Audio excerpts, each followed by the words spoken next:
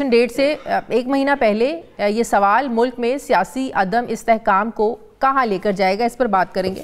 साथ ही निगरान हुकूमत ने इकोनॉमिस्ट को एक वो ख़त लिखने जा रहे हैं जिसमें कुछ दिन पहले इमरान खान ने एक आर्टिकल लिखा था जिस पर निगरान हुकूमत को बड़ा एतराज़ है कि कॉन्विक्टेड जो शख्स है वो कैसे आर्टिकल लिख सकता है। इसलिए जवाब मांगा गया है, हुकूमत जवाब मांगने जा रही है और हुकूमत तो बल्कि ये समझ रही है कि ये घोस्ट आर्टिकल है, किसी का आर्टिकल है लेकिन इमरान खान के नाम पर लिख दिया गया है।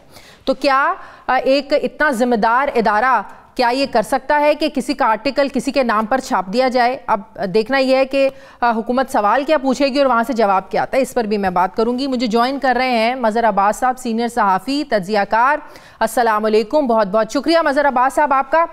मज़हर साहब, सबसे पहले जो अब हुकूमत ने एक कमेटी बनाई है 9 मई के वाक़यात को लेकर, आपको भी पता है कि GIT भी मामलात की तफ्तीश कर रही है, लोगों को पकड़ा भी हुआ है, अदालतों में मुकदमात भी चल रहे हैं। अब जब इस हुकूमत के जाने में 1 महीना रह गया है, आप क्या समझते हैं कि क्यों ज़रूरत पेश आई इस हुकूमत को काबीना पर मुश्तमिल कमेटी बनाने की?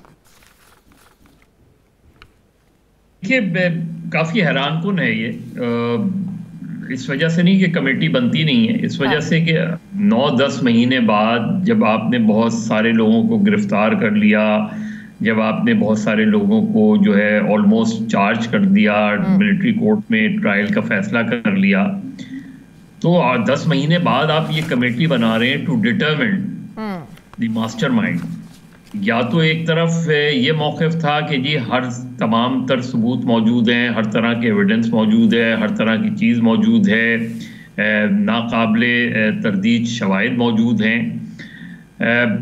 तो मुझे हैरानगी है। लेकिन मेरा ख्याल है, हो सकता है मैं गलत हूँ, मेरे ख्याल में ये कमेटी इसलिए बनाई गई है क्योंकि एक तासुर ये जा रहा था कि हर किसी को 9 मई के वाक़े में गिरफ़्तार किया जा रहा है और पूरे पाकिस्तान से गिरफ्तारियां हो रही हैं, जिससे कुछ नहीं मिला वो आप 9 मई उसमें लगा दिया। जिस तरह हमने कराची में अक्सर देखा था 22 अगस्त 2016 के वाक़यात में बेशुमार लोगों पर 22 अगस्त लगा दी गई जिनका कोई ताल्लुक नहीं था। मुझे लग रहा है कि शायद इसको नैरो डाउन करने के लिए कि जी जो स्पेसिफिकली लोग हैं जो इंगेज थे इसके अंदर, जो प्रैक्टिकली जिनके बारे में शवाहिद मौजूद हैं, उनको, और प्लस ये कि ये कॉन्स्पिरेसी बेसिकली किन किन लोगों ने तैयार की थी, क्योंकि और सोशल मीडिया पर आप देखें नई वीडियोस भी कुछ अपलोड की जा रही हैं, कोर कमांडर हाउस के अंदर की वीडियोस भी अपलोड की जा रही है, एक दोबारा से कैंपेन स्टार्ट कर दी गई है कॉन्शियसली।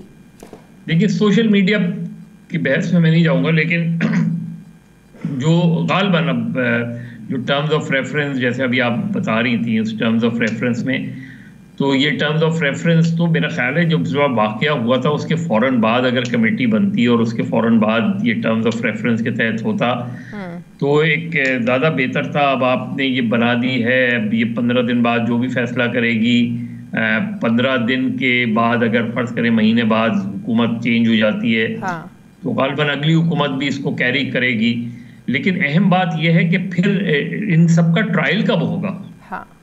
यानी अगर आपने किसी को साल भर से गिरफ्तार किया हुआ है और उस पर आपने चार्ज भी लगाया हुआ है, अब ये कमेटी लोगों को गिरफ्तार करके जिनके ऊपर जो है आपने उनको इतने महीनों में रखा हुआ है, तो अब अगर फ़र्ज़ करें कमेटी फैसला करती है कि शायद ये लोग इनमें से नहीं थे, कुछ लोग थे, तो मुझे टू बी वेरी ऑनेस्ट इसका सिवाय इसके ये नहीं लगता है कि शायद इसमें वो किया जा रहा है कि स्पेसिफिकली, और वो अच्छी बात है, ठीक है कि आप स्पेसिफिकली सिर्फ उसको वो करें जो वाकई पूरी तरह मुलव्विस थे इसमें, क्योंकि सबसे अहम बात इसमें यह होगी कि जो साजिश का पहलू है, जो मास्टरमाइंड का पहलू है, अब जिसको भी आप मास्टरमाइंड कहते हैं, जिसको भी आप साजिश कहते हैं, साजिश तो फिर कहीं ना कहीं तैयार हुई होती है और उसमें जाहिर है कौन लोग उसमें मौजूद थे, कौन लोग उस मीटिंग में मौजूद थे जिस मीटिंग में ये सारा फैसला किया गया।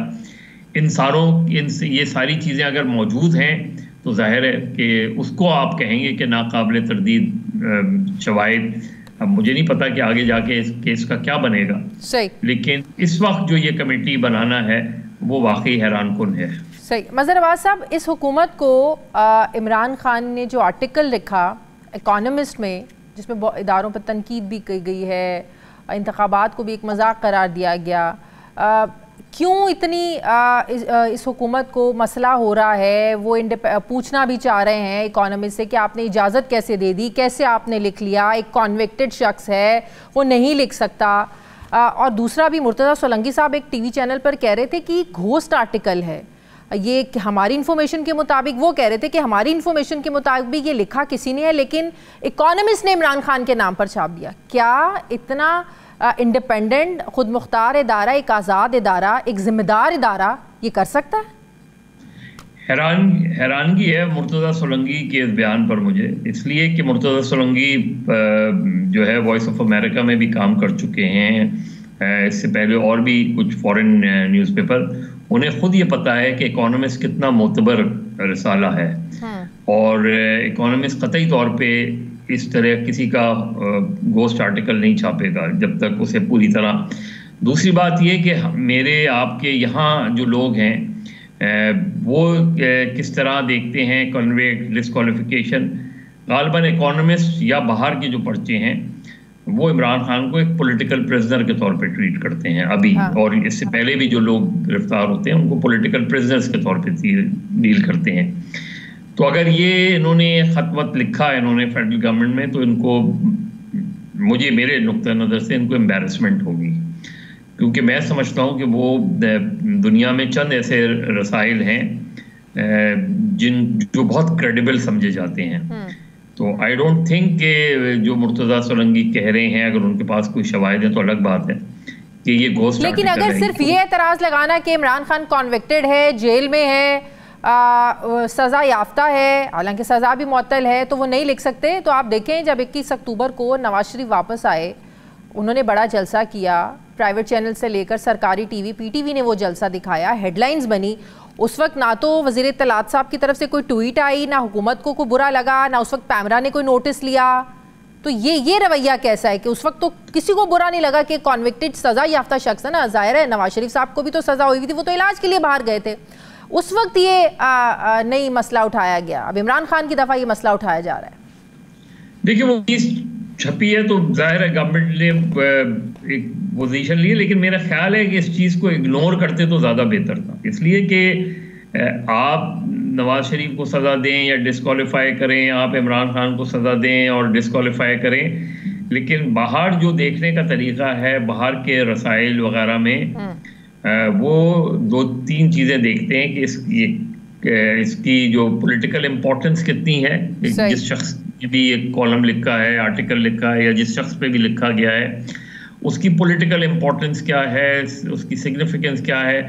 बाकी मेरे और आपके लिए डोमेस्टिकली ये मसला होता है कि कौन कन्विक्ट है, कौन मुल्जिम है, या कौन मुजरिम है, या कौन डिस्क्वालिफाई। वो ये देखते हैं कि ये एक पॉलिटिकल पार्टी का हेड है या ये प्राइम मिनिस्टर है। मैंने कहा कि वो चाहे इमरान खान हो या नवाज शरीफ हो, वो उनको ट्रीट करते हैं एज ए पॉलिटिकल प्रिजनर्स।